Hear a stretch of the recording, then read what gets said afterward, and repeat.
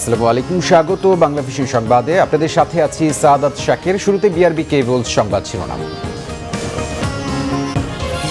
যেখানে দুর্নীতি সেখানেই ব্যবস্থা, সচিবদের নির্দেশ প্রধানমন্ত্রীর। শিগগিরই শিক্ষা প্রতিষ্ঠান খোলার কাজ চলছে। করোনা টিকার দ্বিতীয় ডোজ নিলেন বেগম খালেদা জিয়া। উন্নত চিকিৎসার জন্য বিদেশ পাঠাতে আবারও তাগিদ ব্যক্তিগত চিকিৎসকদের। করোনায় দেশে আরও 172 জনের মৃত্যু, কমেছে টিকা নেয়ার ভিড়। সরঞ্জামের অভাবে অকার্যকর কমলাপুরের রেলওয়ে জেনারেল হাসপাতাল। মাদক মামলায় নায়িকা পরিমনির ফের 5 দিনের রিমান্ড আবেদন। শুনানি কাল। রাজধানীতে আইস ও 63,000 ইয়াবা সহ 7 জন গ্রেফতার। আফগানিস্তানে ক্ষমতা নিতে 20 বছর পর দেশে ফিরছেন নির্বাসনে থাকা তালিবানের শীর্ষ নেতারা।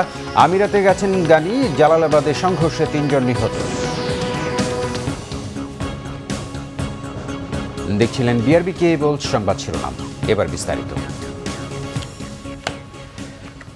যেখানেই দুর্নীতি সেখানেই ব্যবস্থা নিতে সচিবদের নির্দেশ দিয়েছেন প্রধানমন্ত্রী শেখ হাসিনা। তিনি বলেন, যত ভ্যাকসিন লাগবে কেনা হবে। একই সাথে শিক্ষা প্রতিষ্ঠান দ্রুত খুলে দিতে মন্ত্রণালয়কে নির্দেশও দেন প্রধানমন্ত্রী। করোনা সহ নানা জটিলতায় দীর্ঘ 4 বছর পর অনুষ্ঠিত হলো সচিব সভা। শেরেবাংলা নগরের এনসি সম্মেলন কক্ষে অনুষ্ঠিত সভায় গণভবন থেকে ভার্চুয়ালি যুক্ত হন প্রধানমন্ত্রী শেখ হাসিনা। সচিবদের উদ্দেশ্যে দেয়া বক্তব্যে সরকার প্রধান লাখো শহীদের রক্তের বিনিময়ে অর্জিত স্বাধীনতার কথা স্মরণ করে দেন। উন্নয়নশীল দেশকে এগিয়ে নিতে প্রেক্ষিত ও ডেল্টা প্ল্যান অনুযায়ী পদক্ষেপ নেয়ার তাগিদ দেন। সরকারি কর্মকর্তাদের দুর্নীতির ব্যাপারে কঠোর হতে বলেছেন প্রধানমন্ত্রী। বাংলাদেশে আমরা সুশাসন প্রতিষ্ঠা করতে চাই। যেহেতু আমরা অনেক সুযোগ সুবিধা দিচ্ছি, অর্থনৈতিকভাবে অগ্রগতি হচ্ছে, এই জন্য কোনো ধরনের দুর্নীতিকে আমরা সহ্য করব না। কাজে সেদিকে মাথায় রেখে একটা দুর্নীতি, ওটা আসলে একটা ব্যাধির মতো, কারণ এই ব্যাধি থেকে আমাদের মুক্ত হতে হবে। সেদিকে আপনাদেরও একটা কঠোর ব্যবস্থা নিতে হবে এবং যেখানে আপনারা এই ধরনের কোনো দুর্নীতি দেখবেন সেখানেও কিন্তু ব্যবস্থা নিতে হবে। যারা ভালো কাজ করবে অবশ্যই তারা পুরস্কৃত হবে, কিন্তু যারা এই ধরনের দুর্নীতিতে জড়িত হবে অবশ্যই তাদের বিরুদ্ধে কঠোর ব্যবস্থা নিতে হবে। করোনায় ভ্যাকসিন নিশ্চিত করে শিক্ষা প্রতিষ্ঠান খোলার তাগিদ দেন সরকার প্রধান। যত ভ্যাকসিন লাগে আমরা ক্রয় করব, ইতিমধ্যে সেগুলির ব্যবস্থা আমরা নিয়েছি। কাজে আমরা শিক্ষা প্রতিষ্ঠানগুলি খুলে দেওয়া দরকার এবং সেটা খুব দ্রুত ব্যবস্থা নিতে হবে। এটা শুধু বিশ্ববিদ্যালয় বলে না, আমাদের স্কুলগুলিও খোলা, এবং আমি ধন্যবাদ জানাই যে শিক্ষা মন্ত্রণালয় এ ব্যাপারে যথাযথ ব্যবস্থা নিচ্ছেন। কাজে এটাই এখন সবথেকে গুরুত্বপূর্ণ, কারণ বাচ্চারা বাসায় ঘরে থাকতে থাকতে তাদেরও যথেষ্ট কষ্ট হচ্ছে। সচিব সভা শেষে সচিবালয়ে ব্রিফিংয়ে মন্ত্রী পরিষদ সচিব জানান, খাদ্য নিরাপত্তা, করোনায় অর্থনীতি সুসংহত রাখা সহ 13টি এজেন্ডা উপস্থাপন হয় বৈঠকে। AstraZeneca, Sinopharm, Moderna, Pfizer, Sputnik, Johnson মিলে আমরা টোটাল 21 কোটি ভ্যাকসিনের প্রতিশ্রুতি পেয়েছি এবং অলরেডি আমরা 3 কোটি 10 লক্ষ কিনে নিয়ে এসেছি এবং আমরা এর মধ্যেই 2 কোটি 5 লক্ষ আপনার দিয়ে দেওয়া হয়েছে। এখন 1 কোটি 4 লাখ হাতে আছে, এটাও ফেজ বাই ফেজ দেওয়া হচ্ছে। আর আপনারা তো জানেনই গত পারচেজ কমিটিতে আমরা আরও 6 কোটি ডোজের আপনার অনুমতি দেওয়া হয়েছে পারচেজ কমিটিতে। তিনি জানান, পদ্মা সেতুর পিলারের জন্য রুট যথাযথভাবে অনুসরণ না করায় সংশ্লিষ্টদের অবহেলার ব্যবস্থা নেওয়া হয়েছে। আপনার রুট ফলো না করা। সৈয়দ আব্দুল মুহিত, বাংলা ভিশন, ঢাকা।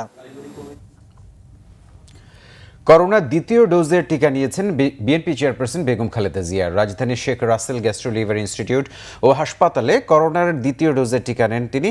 চিকিৎসার জন্য তাকে বিদেশ পাঠানোর কথা আবারও জানান চিকিৎসকরা। করোনার টিকার দ্বিতীয় ডোজ নিতে বুধবার বিকেল 4:15টার দিকে গুলশানের বাসভবন থেকে Mohakhali Sheikh Russel gastro liver institute ও হাসপাতালে আসেন বিএনপি চেয়ারপারসন বেগম খালেদা জিয়া। অসুস্থ থাকায় গাড়িতে বসেই যুক্তরাষ্ট্রের করোনার টিকা মডার্নার দ্বিতীয় ডোজ নেন বেগম জিয়া। বেগম খালেদা জিয়ার ব্যক্তিগত চিকিৎসকরা জানিয়েছেন, তাকে 48 ঘন্টা পর্যবেক্ষণে রাখা হবে। আজকে দ্বিতীয় ডোজ করোনার ভ্যাকসিন নিয়েছেন। দেশবাসীর কাছে আমরা আপনাদের মাধ্যমে দোয়া চাই, যাতে করোনা ভ্যাকসিন নেওয়া হয়েছে ঠিকই, আল্লাহ যেন ওনাকে সুস্থ রাখেন এবং দেশবাসীকেও এই করোনা থেকে মুক্ত রাখেন, সেজন্য উনি দেশবাসীর জন্য দোয়া করতেছেন। ওনাকে হুইল চেয়ারও কিন্তু 4 জনে ধরে পরে নামাতে হয় এবং তারপরে আজকে ওনাকে গাড়িতে এসে এবং জানলার গ্লাসটা নামিয়ে কিন্তু ভ্যাকসিন দেওয়া হয়েছে। তাতেই বোঝা যায় যে ওনার শারীরিক অবস্থা সত্যিকার অর্থে যে অবস্থায় উনি ছিলেন আগেও দেখেছেন আপনারা, ঠিক একই অবস্থায়। উন্নত চিকিৎসার জন্য বেগম জিয়াকে বিদেশ পাঠাতে আবারও তাগিদ দেন তার ব্যক্তিগত চিকিৎসকরা। যে হসপিটালে উনি চিকিৎসাধীন ছিলেন সেই হসপিটাল যে সর্বশেষ রিপোর্ট ওনাকে দিয়েছেন সেটাতে ওরা সুস্পষ্টভাবে লিখিতভাবে ওরা রিকমেন্ড করেছে যে ওনার যে হার্টের যে জটিলতা, ওনার যে লিভারের যে জটিলতা, ওনার যে কিডনির যে জটিলতা, তার পরবর্তীতে রিউমেটয়েড আর্থ্রাইটিসের যে সমস্যা, ডায়াবেটিস অ্যান্ড হাইপারটেনশন তো আছেই, সব কিছু মিলিয়ে ওনার একটি সর্বোৎকৃষ্ট হাসপাতালে modern treatment with modern facilities যেখানে আছে মাল্টিডিসিপ্লিনারি হসপিটাল, এইরকম একটি হসপিটালে বিদেশে যাওয়া চিকিৎসার জন্য রিকমেন্ড করেছে এবং এখনও এটা বহাল আছে এবং এখনও ওনার সত্যিকার অর্থে ওনার সুচিকিৎসার প্রয়োজন রয়েছে।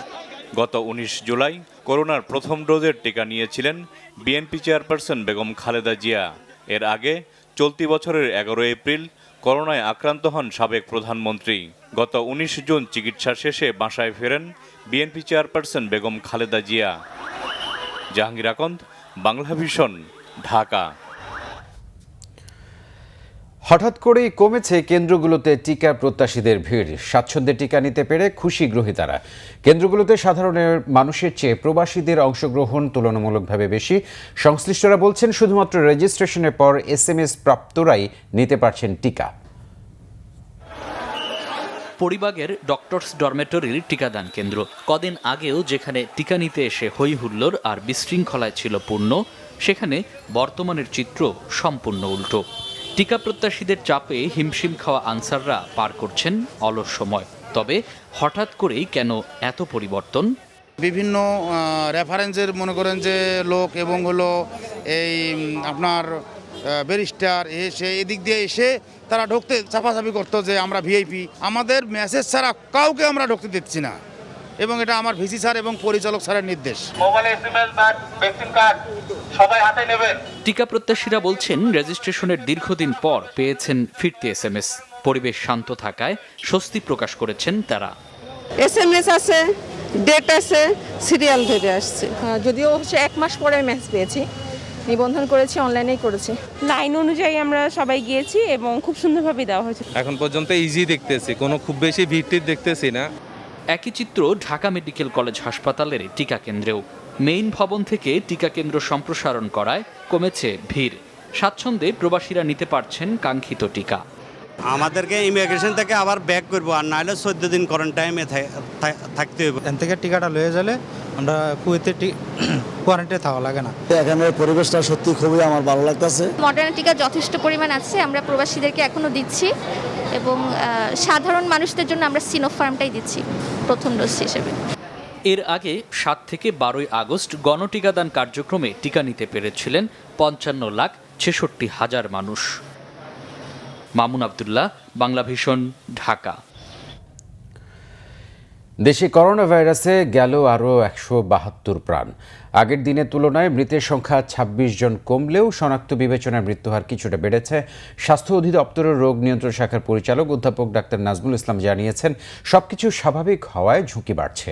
স্বাস্থ্যবিধির তোয়াক্কা না করে খেয়াল খুশি মতো চলাফেরা করলে করোনা রোগী বেড়ে যাওয়ার শঙ্কা তাঁর। দেশের সবকিছুই যখন প্রায় স্বাভাবিক, তখনও থেমে নেই করোনায় মৃত্যু। বুধবারও 172 জনের মৃত্যুর খবর দিয়েছে স্বাস্থ্য অধিদপ্তর। এ নিয়ে দেশে মারা গেল মোট 24,719 জন।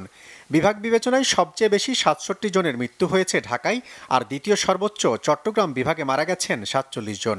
এদিন শনাক্তের হার কিছুটা কমলেও বেড়েছে মৃত্যুর হার। বুধবার যে 172 জন মারা গেছেন তার 94 জন পুরুষ আর নারী 78 জন। বুধবার ভার্চুয়াল ব্রিফিংয়ে স্বাস্থ্য অধিদপ্তর জানিয়েছে, আগের সপ্তাহের তুলনায় এই সপ্তাহে করোনার পরীক্ষা 14% কমেছে, মৃত্যুও কমেছে 21%। তবে সব কর্মকাণ্ড প্রায় স্বাভাবিক হওয়ায় শঙ্কা বাড়ছে নতুন রোগীর। যদি সবকিছু খোলা থাকে, সেখানে যদি স্বাস্থ্যবিধি শতভাগ প্রতিপালন করা হয়, তাহলে রোগীর সংখ্যা বেড়ে যাওয়ার কথা নয়। কিন্তু সবকিছু খোলা আছে, স্বাস্থ্যবিধির তোয়াক্কা না করে খেয়াল খুশি মতন যদি সকলে চলাফেরা করেন, তাহলে রোগীর সংখ্যা বেড়ে যাওয়ার আশঙ্কাটি তো থেকেই যায়। করোনা নিয়ন্ত্রণে মাস্ক পরা সহ স্বাস্থ্যবিধি মেনে চলার তাগিদ দেন অধ্যাপক নাজমুল ইসলাম। জিয়াউল হক সবুজ, বাংলা ভিশন, ঢাকা। করোনা রোগীদের জন্য হাসপাতালে একটি বেড পেতে যখন ছুটাছুটি, তখন খোদ রাজধানীতে সরকারি একটি হাসপাতালে বেড ফাঁকা পড়ে আছেন চিকিৎসক, নার্স সহ অবকাঠামোগত সুবিধা, কিন্তু পর্যাপ্ত সরঞ্জামের অভাবে অকার্যকর কমলাপুরের রেলওয়ে জেনারেল হাসপাতাল। সিকান্দার রেমানের বিশেষ রিপোর্ট, ছবি তুলেছেন আবু হানিফ সোহেল। কমলাপুরের 5.16 একর জায়গার উপর 1986 সালে নির্মাণ করা হয় রেলওয়ে হাসপাতাল। মূলত রেলের কর্মকর্তা কর্মচারীদের জন্য বিশেষায়িত এই হাসপাতাল, কিন্তু মহামারীর এই সময়ে অনেক হাসপাতালের মতো এই হাসপাতালকেও করোনার চিকিৎসার জন্য নির্ধারণ করা হয়, এমনকি ডেঙ্গু চিকিৎসার জন্য নির্ধারণ করা হয় রেলওয়ে হাসপাতালকে। কিন্তু হাসপাতালের অবস্থা অনেকটাই ঢাল তলোয়ার ছাড়া নিধিরাম সর্দারের মতোই।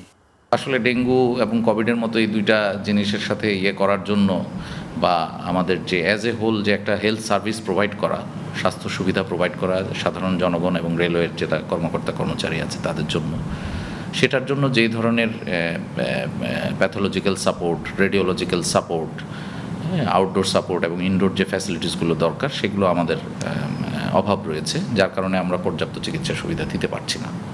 না জেনে যারা এই হাসপাতালে একবার ভর্তি হয়েছেন তারাই বুঝেছেন ভোগান্তি কাকে বলে। একটা পেশেন্টের যদি কন্ডিশন খুবই খারাপ থাকে, তাকে আমি ইলেকট্রয়েড সাপোর্ট দিতে পারবো না, তার ইলেকট্রয়েড দেখাটা খুব ইম্পর্টেন্ট, দিতে পারবো না।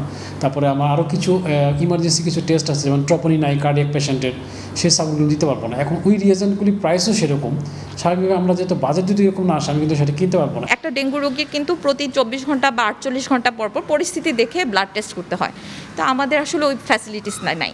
তো দেখা যায় আমার রোগীকে বলে দিতে হয় যে একটু বাইরে যান। তো এই মুমূর্ষু রোগীটা স্যালাইনটা খোলার পরে সে আবার ব্লাড টেস্ট করতে একটা বাইরের হাসপাতালে যাচ্ছে, তারপরে আবার আসছে, ওই রিপোর্টটা পেতে আমার আবার 12 ঘন্টা থেকে আর পরের দিন 24 ঘন্টা সময় লেগে যাচ্ছে। এইভাবে আসলে চিকিৎসার একটা দীর্ঘসূত্রিতা তৈরি হয়েছে। চিকিৎসকদের সেবা দেওয়ার মানসিকতা থাকলেও অনেক ক্ষেত্রেই সাধ্য নেই। মেডিকেল অফিসার হিসেবে জিপি মানে জেনারেল প্র্যাকটিশনার হিসেবে যেটুকু প্রথম ধাপের ট্রিটমেন্ট সেটা আমি দিতে পারি, কিন্তু যেগুলো আমার রেফারাল করতে হয় সেগুলো কিন্তু মাঝে মাঝে হচ্ছে অনেক দূরে যেতে হয়, আমাদের এখানে কোনো কনসালটেন্ট নাই। হাসপাতালের বিষয় নিয়ে রেলওয়ে মন্ত্রীর সাথে বারবার যোগাযোগের চেষ্টা করেও পাওয়া যায়নি। সিকান্দার রেমান, বাংলা ভিশন, ঢাকা। এদিকে রেজিস্ট্রেশনের মাসখানেক পরও অনেকে টিকার SMS না পাওয়ায় দুঃখ প্রকাশ করেছেন স্বাস্থ্য অধিদপ্তরের রোগ নিয়ন্ত্রণ শাখার পরিচালক অধ্যাপক ডাক্তার মোহাম্মদ নাজমুল ইসলাম।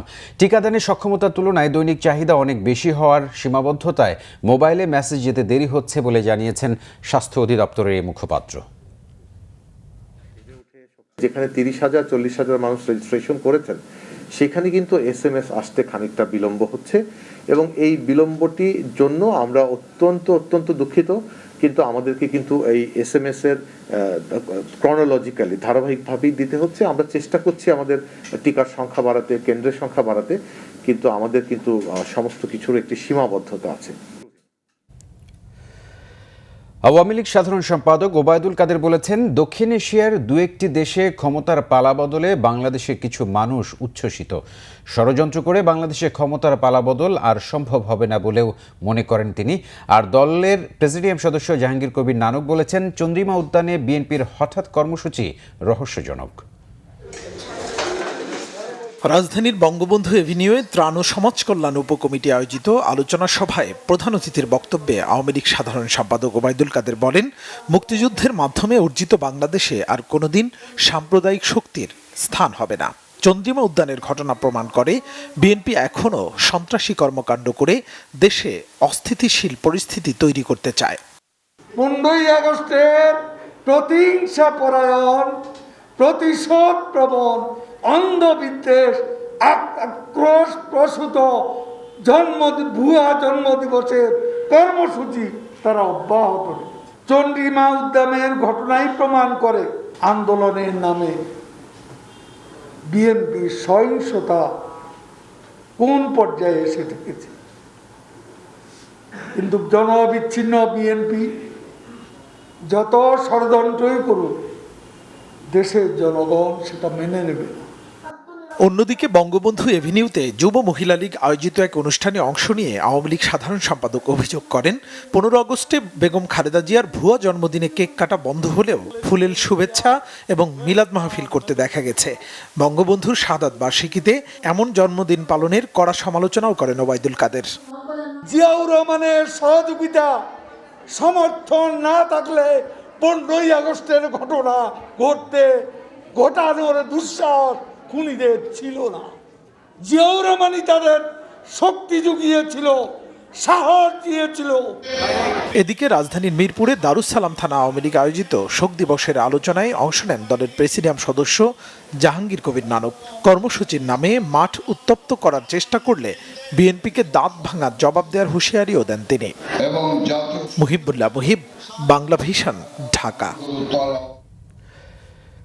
রাজধানীর চন্দ্রিমা উদ্যানে বিএনপি নেতাকর্মীদের সাথে পুলিশের সংঘর্ষ এবং গাড়ি ভাঙচুরের ঘটনায় পুলিশের দায়ের করা মামলায় বিএনপির 26 নেতাকর্মীর 2 দিনের রিমান্ড মঞ্জুর করেছেন আদালত। একই মামলায় আরও 19 জনকে কারাগারে পাঠানোর আদেশ দেওয়া হয়েছে। বুধবার বিকেলে ঢাকার অতিরিক্ত chief metropolitan magistrate Tofazzal Hossain শুনানি শেষে আদেশ দেন। এর আগে রাজধানীর চন্দ্রিমা উদ্যানে বিএনপি নেতাকর্মীদের সঙ্গে পুলিশের সংঘর্ষ ও গাড়ি ভাঙচুরের মামলায় 45 জনের প্রত্যেককে 5 দিন করে রিমান্ড চায় পুলিশ। একই সাথে গ্রেফতার 2 কিশোরকে কিশোর সংশোধনাগারে পাঠানোর আবেদন করা হয়। আসামি পক্ষে মাসুদ আহমেদ তালুকদার ও জয়নুল আবেদিন মেজবাহ রিমান্ড বাতিল চেয়ে জামিন আবেদন করেন। শুনানি শেষে বিচারক এই আদেশ দেন। মঙ্গলবার রাতে রাজধানীর শেরেবাংলা নগর থানায় এই মামলায় পুলিশের উপর হামলা এবং গাড়ি ভাঙচুর করে জানমালের ক্ষতি সাধনের অভিযোগ আনা হয়েছে। মামলায় বিএনপি নবগঠিত ঢাকা মহানগর উত্তরের আহ্বায়ক আমানুল্লাহ আমান ও সদস্য সচিব আমিনুল হককেও আসামি করা হয়েছে। এ ঘটনায় 47 জনকে গ্রেফতার করে পুলিশ। চিত্রনায়িকা পরিমণির 3য় দফায় 5 দিনের রিমান্ড আবেদন করেছে সিআইডি। কাল রিমান্ড ও জামিন আবেদনের উপর শুনানির দিন ধার্য করেছেন আদালত। আসামি পক্ষের আইনজীবীর দাবি ন্যায় বিচার পাননি তারা, আর রাষ্ট্রপক্ষ বলছে তদন্তের স্বার্থে রিমান্ড আবেদন করা হয়েছে। 2য় দফায় 2 দিনের রিমান্ড শেষে আলোচিত চিত্রনায়িকা পরিমণিকে গেল শুক্রবার আদালতে হাজির করে সিআইডি। নতুন করে আর রিমান্ড আবেদন না করা ও জামিন আবেদন নাকচ হওয়ায় পরিমণিকে কারাগারে পাঠানোর আদেশ দেন আদালত। 3 দফা জামিন আবেদন খারিজ হওয়ার পর আদালত বুধবার আবেদনের উপর শুনানির দিন ধার্য করেন। বেলা 12টার দিকে চিত্রনায়িকা পরিমণির আইনজীবীরা আদালতে শুনানি শুরুর আগে আবারও 5 দিনের রিমান্ড আবেদন করে সিআইডি। আসামি পক্ষে পরিমণির জামিনের জন্য দিন ধার্য ছিল, যেহেতু একটা রিমান্ডের প্রেয়ার আছে তার কারণে আজকে রিমান্ড শুনানি হলো না। নিয়ম অনুযায়ী আসামির উপস্থিতিতেই রিমান্ড শুনানি করতে হয়, যেহেতু আসামি নাই এই জন্য আগামীকালকে দিন ধার্য করা হয়েছে। বৃহস্পতিবার রিমান্ড ও জামিন আবেদনের উপর শুনানির দিন ধার্য করেন। এবং দ্বিতীয়বারের মতো রিমান্ড প্রেয়ার করেছেন আইয়ুব সাহেব, প্রয়োজন মনে করেছেন। আমরা সেটার কপি এখনো পাই নাই, তবে আমরা আদালত আমাদেরকে জানিয়েছেন, কোর্ট থেকে আমরা জানলাম যে তার যেহেতু রিমান্ড প্রেয়ার আছে এখন আর জামিন শুনানি করা সম্ভব নয়। এই ধরনের একটা মামলায় তাকে বারবার রিমান্ডে নেওয়ার প্রয়োজন আছে বলেও আমরা মনে করি না। এর আগে প্রথম দফায় 4 দিন, দ্বিতীয় দফায় 2 দিন রিমান্ডে জিজ্ঞাসাবাদ করে সিআইডি। 4 আগস্ট পরিমণিকে তার বনানীর বাসা থেকে গ্রেপ্তার করে র্যাব। তার বিরুদ্ধে করা মাদক মামলাটি তদন্ত করছে সিআইডি। এসএম ফয়েজ, বাংলা ভিশন, ঢাকা। রাজধানীর যাত্রাবাড়ি এলাকা থেকে মাদক আইস সহ 7 জনকে গ্রেফতার করেছে ঢাকা মহানগর গোয়েন্দা পুলিশ। উদ্ধার করা হয়েছে 63,000 ইয়াবাও। গুলশান বিভাগের গোয়েন্দা পুলিশ মঙ্গলবার রাতে যাত্রাবাড়ি এলাকা থেকে মাদকসহ 7 জনকে গ্রেফতার করে। এ সময় আইস, ইয়াবা ছাড়াও একটি প্রাইভেট কার জব্দ করা হয়। ডিবি মিডিয়া সেন্টারে আয়োজিত সংবাদ সম্মেলনে মহানগর গোয়েন্দা পুলিশের অতিরিক্ত কমিশনার AKM হাফিজ আক্তার জানান, লকডাউনের কারণে মাদক ব্যবসায়ীদের ব্যবসা মন্দা ছিল। কক্সবাজার, চট্টগ্রাম, কুমিল্লা হয়ে ঢাকায় এই চক্র মাদক নিয়ে আসে। এরপর গুলশান, বনানী, ধানমন্ডি সহ অভিজাত এলাকার উঠতি বয়সের তরুণ তরুণীদের কাছে মাদক বিক্রি করা হয়। আসামিদের বিরুদ্ধে যাত্রাবাড়ি থানায় মামলা হয়েছে।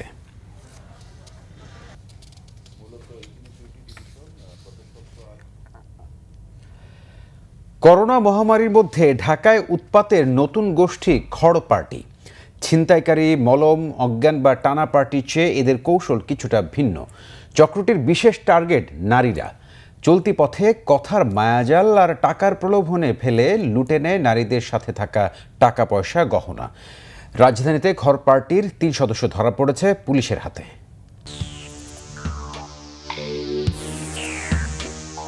নারীদের টার্গেট করে ঢাকার বিভিন্ন স্পটে ঘুরে বেড়ায় ঘর পার্টির সদস্যরা, ফাঁদে ফেলে কৌশলে। পরিবারের কোনো সদস্য বিপদে পড়েছে বলে কষ্টের কথা দিয়ে শুরু করে আবেগ ঘন কথা, চায় একটু দয়া, সহায়তা। এদের খপ্পরে পড়ে টাকা, গহেনা, মোবাইল হারানো একজন শিরিন বেগম বর্ণনা দেন ঘর পার্টির শিকার হওয়ার ঘটনা। বলে আন্টি আপনার বিকাশ নাম্বার আছে? তো আমি বললাম আমি তো বিকাশ নাম্বার করিনি, আমি টাকা রাখি পার্সোনাল ভাবে অন্যভাবে। বলে আপনার পার্সের ভিতরে টাকা আছে, ছোট আমার এই ব্যাগের ভিতরে একটা পার্স আছে, ওই পার্সটাও আমি তাকে বাড়ি করে দিই। ওখানে টাকা ছিল 800 টাকা ছিল। তারপরে এগুলো দিছি, মোবাইল দিছি, বলে মোবাইল দেন, মোবাইলটাও দেন। আমি মোবাইলও দিছি। ফার্মগেট মার্কেটের সামনে দিয়েই আমি প্রায় আপনার 7 ঘন্টার মতো শুধু আমি রাউন্ডই দিচ্ছি। আমার ঘাম ছুটে যাচ্ছে, আমার সেন্স নেই। রাজধানীর ফার্মগেট, মোহাম্মদপুর, খিলগাঁও, মিরপুর, কাউরানবাজার, যাত্রাবাড়ি ও মগবাজার এলাকায় বেশি তৎপর এই খড়েরা। নতুন অভিনব পদ্ধতিতে প্রতারক কিভাবে প্রতারণা করে এরকম একটি চক্রের সন্ধান পেয়েছি। এই চক্রের 3 জন সদস্যকে আমরা গ্রেপ্তার করেছি। ঢাকা শহরের সহজ সরল মহিলাদেরকে টার্গেট করে কথার মায়াজাল সৃষ্টি করে অত্যন্ত কৌশলে তাদের কাছ থেকে মূল্যবান সামগ্রী, বিশেষ করে স্বর্ণালংকার, টাকা পয়সা, মোবাইল, ঘড়ি, এসব অত্যন্ত কৌশলে তাদের কাছ থেকে হাতিয়ে নিচ্ছে। রাজধানীর অলিগলিতেও ঢুকতে শুরু করেছে সংঘবদ্ধ চক্রটি।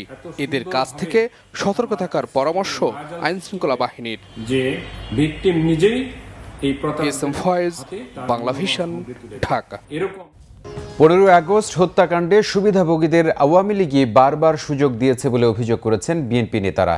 একই সাথে তারা বলেন, মুক্তিযুদ্ধে জিয়াউর রহমানের অবদান অস্বীকার করে আওয়ামী লীগ আত্মঘাতী কাজ করছে। বিকেলে ইতিহাস কথা বলে শিরোনামে এক ওয়েবিনারে এসব কথা বলেন বিএনপি নেতারা। বেনিফিশিয়ারি তারা সকলে আওয়ামী লীগের নেতা, পরবর্তীকালে আওয়ামী লীগের নেতৃত্ব দিয়েছেন, পরবর্তীকালে আজকের প্রধানমন্ত্রী তাদেরকে মন্ত্রী করেছেন, এমপি করেছেন। যদি একটা দুর্ঘটনার কোনো কেউ যদি উপকারী হয়, তারা দায়ী না হয়ে যিনি উপকারভোগীর কাছেও না, সেই ডেপুটি চিফ আরবি জিয়াউর রহমানকে আপনারা আজকে দায়ী করতে চান। এদেশের জনগণ আপনাদের এই বানোয়াট যে রচনা, এটাকে কখনো গ্রহণ করবে না। শহীদ প্রেসিডেন্ট জিয়াউর রহমান সাহেবের সম্পর্কে মিথ্যা কথা বললে কেউ বিশ্বাস করবে না। কারণ শহীদ প্রেসিডেন্ট জিয়াউর রহমান সাহেব শুধু স্বাধীনতার ঘোষণাই দেননি, তিনি পরবর্তীকালে যখন রাষ্ট্রপ্রধান দায়িত্ব পেয়েছেন, সেই দায়িত্বের মধ্য দিয়ে, তার কর্মকাণ্ডের মধ্য দিয়ে তিনি এই দেশের মানুষের হৃদয়ে একটি স্থান করে নিয়েছেন। তিনি চিরভাস্বর হয়ে আছেন। স্বরাষ্ট্রমন্ত্রী আসাদুজ্জামান খান কামাল বলেছেন, জাতির জনক বঙ্গবন্ধু শেখ মুজিবুর রহমান বাঙালি জাতির চেতনা ও আদর্শ। জাতীয় শোক দিবস উপলক্ষে বিকেলে রাজধানী মগবাজারে আয়োজিত আলোচনা ও দোয়া মাহফিলে স্বরাষ্ট্রমন্ত্রী এই মন্তব্য করেন। রমনা হাতিঝিল থানা আওয়ামী লীগে অনুষ্ঠানের আয়োজন করে। স্বরাষ্ট্রমন্ত্রী বলেন, দেশকে আবারও পাকিস্তান বানাতেই বিশ্বাসঘাতক খন্দকার মোশতাক এই নৃশংস হত্যাকাণ্ড ঘটিয়েছে। জীবিত বঙ্গবন্ধুর চেয়ে মৃত বঙ্গবন্ধু আরও বেশি শক্তিশালী বলেও মন্তব্য করেন তিনি বলেন, জাতির জনকের দেশপ্রেমের কারণেই বাংলাদেশ আজ বিশ্বে মাথা উঁচু করে দাঁড়াতে পেরেছে।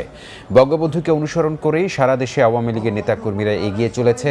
স্বরাষ্ট্রমন্ত্রী বলেন, প্রধানমন্ত্রী শেখ হাসিনা অন্ধকারে নিমজ্জিত বাংলাদেশকে আলোকিত ও সম্ভাবনাময় দেশে রূপান্তর করেছেন।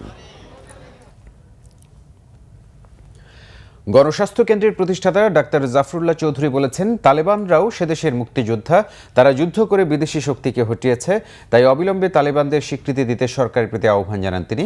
বুধবার রাজধানী ফার্মগেট এলাকায় জাফরুল্লাহ চৌধুরীর নেতৃত্বে নাগরিক সমাজের উদ্যোগে করোনা প্রতিরোধে সচেতনতা বৃদ্ধি ও সাধারণ মানুষের মাঝে মাস্ক বিতরণ করা হয়। এ সময় গণসংহতি আন্দোলনের প্রধান সমন্বয়কারী জুনায়েদ সাকি সহ অন্য নেতৃবৃন্দ অংশ নেন। এর আগে করোনার সচেতনতা বৃদ্ধিমূলক অনুষ্ঠানে দেয়া বক্তব্যে ডাক্তার জাফরুল্লাহ অভিযোগ করেন, আন্দোলনের ভয়ে সরকার স্কুল কলেজ খুলে দিচ্ছে না। কম মূল্যে পাওয়া রাশিয়া থেকে করোনা টিকা সরকার কেন কিনছে না, সে প্রশ্নও তোলেন জাফরুল্লাহ চৌধুরী। বঙ্গবন্ধু বেঁচে থাকলেও যে কোনো মুক্তির আন্দোলনকে উনি সমর্থন দিতেন। এটা মনে রাখতে হবে। তালেবানরাও মুক্তিযোদ্ধা, তারা বিদেশি শক্তির হাত থেকে তবে তারা যাতে কট্টরবাদী ইসলামের নামে ধর্মান্ধ না করে, সেই জন্যই দ্রুত তাদেরকে সমর্থন সাহায্য করা আমাদের প্রয়োজন। অকারণে গোয়ার্তুমি বন্ধ করেন। তার তারাও স্বাধীনতার জন্য আন্দোলন করেছে, তাদেরকে সমর্থন দেন। নরসিংদীর মনোহরদীতে স্বেচ্ছাসেবক দলের অক্সিজেন সিলিন্ডার বিতরণ অনুষ্ঠানে ছাত্রলীগের হামলায় সাংবাদিক সহ অন্তত 16 জন আহত হয়েছেন। বুধবার দুপুরে মনোহরদী বাসস্ট্যান্ড এলাকায় একটি রেস্টুরেন্টে এ ঘটনা ঘটে। প্রত্যক্ষদর্শী ও নেতাকর্মীরা জানান, মনোহরদীর স্থানীয় একটি রেস্টুরেন্টে কেন্দ্রীয় স্বেচ্ছাসেবক দলের সাধারণ সম্পাদক আব্দুল কাদির ভূঁইয়া জুয়েল উপস্থিতিতে করোনা রোগীদের জন্য হেল্প সেন্টার উদ্বোধন অনুষ্ঠানে শেষ মুহূর্তেও উপজেলা ছাত্রলীগ নেতারা রড বাঁশ নিয়ে হামলা চালায়। এ সময় স্বেচ্ছাসেবক দলের 15-16 নেতাকর্মী আহত হন। হামলার সময় সাংবাদিকরা ছবি তুললে তাদের কাছ থেকে ক্যামেরা ছিনিয়ে নেয় ছাত্রলীগ কর্মীরা। চ্যানেল আই এর জেলা প্রতিনিধি সুমন রায়, যমুনা টিভির ক্যামেরা পার্সন ইসমাইল মিয়াকেও মারধর করা হয়। পুলিশ হামলার কথা স্বীকার করেছে।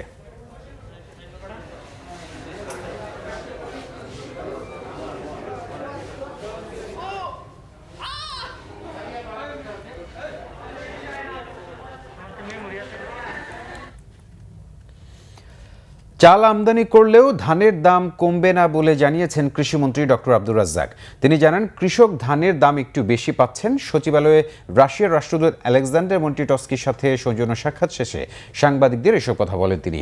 রাশিয়া থেকে গম ও সার আমদানির বাড়ানোর জন্য দেশটির রাষ্ট্রদূতকে বলেছেন বলে জানান কৃষিমন্ত্রী।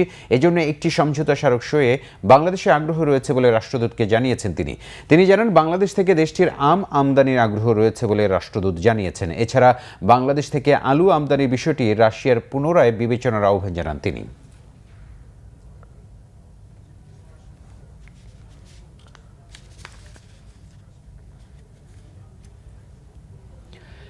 মিথ্যা সংবাদ প্রকাশের অভিযোগে বসুন্ধরা গ্রুপের প্রতিষ্ঠাতা চেয়ারম্যান আহমেদ আকবর সোবহান, এমডি সায়েম সোবহান সহ 11 জনের বিরুদ্ধে 500 কোটি টাকার মানহানি মামলা করেছেন জাতীয় সংসদের হুইপ শামসুল হক চৌধুরী।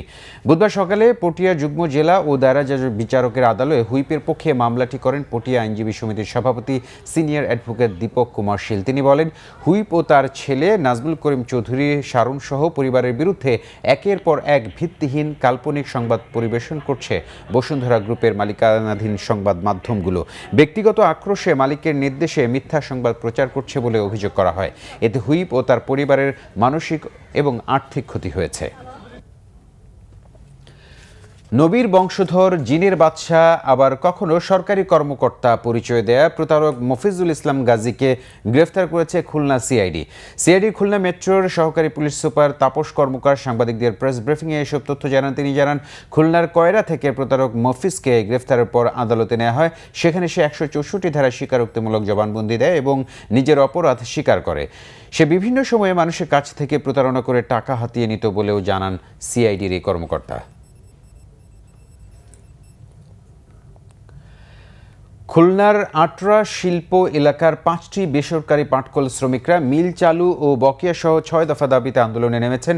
শুক্রবারের মধ্যে দাবি আদায় না হলে ওই দিন থেকেই মিলের বেকার হয়ে পড়া 10,000 শ্রমিক রাজপথ রেলপথ অচলে ঘোষণা দিয়েছেন। খুলনা থেকে আতিয়া পারভেজের রিপোর্ট।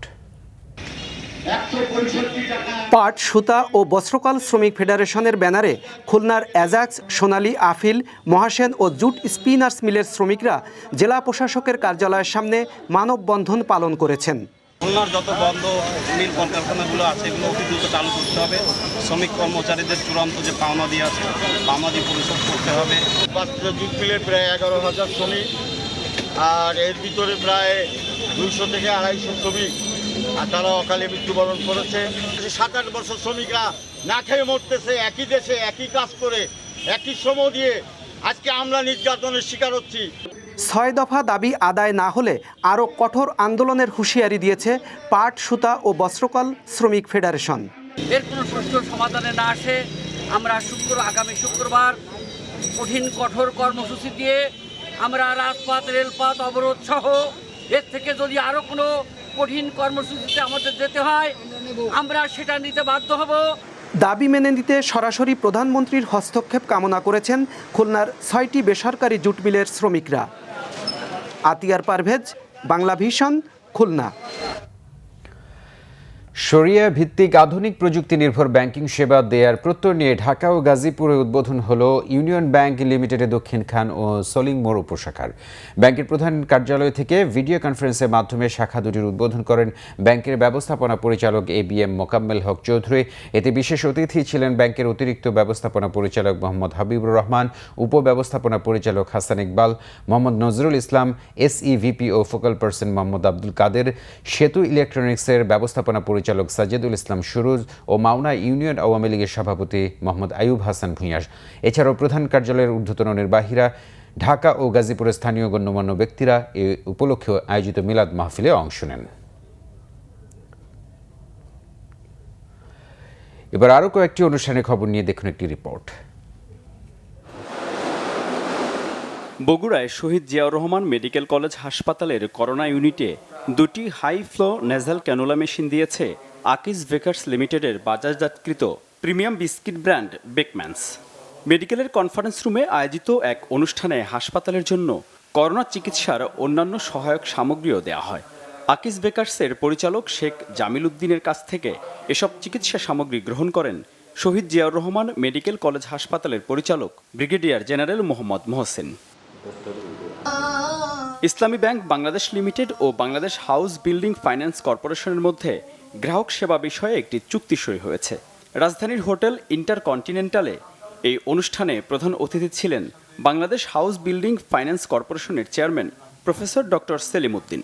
ইসলামী ব্যাংকের ম্যানেজিং ডিরেক্টর ও CEO মোহাম্মদ মনিরুল মাওলার সভাপতিত্বে অনুষ্ঠানে বক্তব্য রাখেন মোহাম্মদ আফজাল করিম, মোহাম্মদ কায়সার আলী সহ 2 প্রতিষ্ঠানের সিনিয়র কর্মকর্তারা। মোবাইল ফোন ব্র্যান্ড ওপো চালু করেছে ফেস টু ফেস সেবা। গ্রাহকের সামনে মোবাইল ফোন মেরামত সেবা দেবে প্রতিষ্ঠানটি। মোবাইল মেরামতে গ্রাহকদের ভোগান্তি কমানো এবং আস্থা ঠিক রাখতে এই উদ্যোগ বলে জানিয়েছে ওপো কর্তৃপক্ষ। এর ফলে নিজের ফোন মেরামতের সময় সবকিছু দেখতে বা পর্যবেক্ষণ করতে পারবেন গ্রাহকরা। 1 ঘন্টার মধ্যে এই সেবা দেওয়া হবে বলে জানিয়েছে প্রতিষ্ঠানটি। আন্তর্জাতিক যুব দিবস উপলক্ষে রোটারি আন্তর্জাতিক জেলা 3281 একটি সেমিনার করেছে। এর সহযোগী ছিল যুব উন্নয়ন অধিদপ্তর, বাংলাদেশ নিরাপদ খাদ্য কর্তৃপক্ষ, জাতীয় ভোক্তা অধিকার সংরক্ষণ অধিদপ্তর, United Nations Volunteers, International Union for Conservation of Nature. অনুষ্ঠানটির সার্বিক তত্ত্বাবধানে ছিল Rotary Club of Dhaka Aboni. অনুষ্ঠানে মূল প্রবন্ধ উপস্থাপন করেন ডাক্তার অনুপম হোসেন এবং প্রধান অতিথি ছিলেন যুব ও ক্রীড়া মন্ত্রণালয়ের সিনিয়র সচিব মোহাম্মদ আক্তার হোসেন।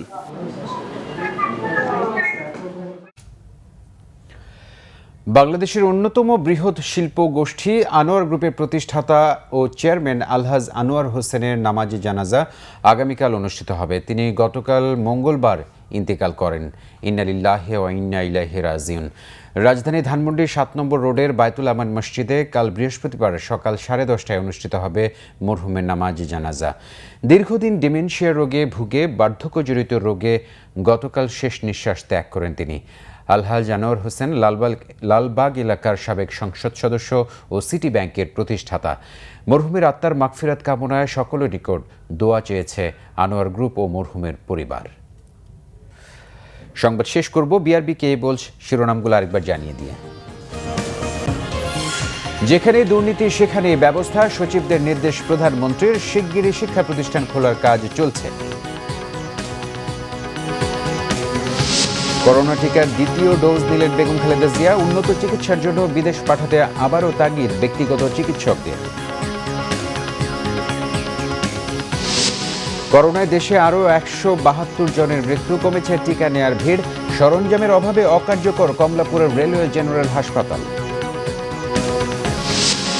মাদক মামলায় নায়িকা পরিমণির ফের 5 দিনের রিমান্ড আবেদন, শুনানি কাল। রাজধানীতে আইস ও 63,000 ইয়াবাসহ 7 জন গ্রেফতার। আফগানিস্তানে ক্ষমতা নিতে 20 বছর পর দেশে ফিরছেন নির্বাসনে থাকা তালেবানের শীর্ষ নেতারা। আমিরাতে গেছেন গানি। জালালাবাদে সংঘর্ষে 3 জন নিহত।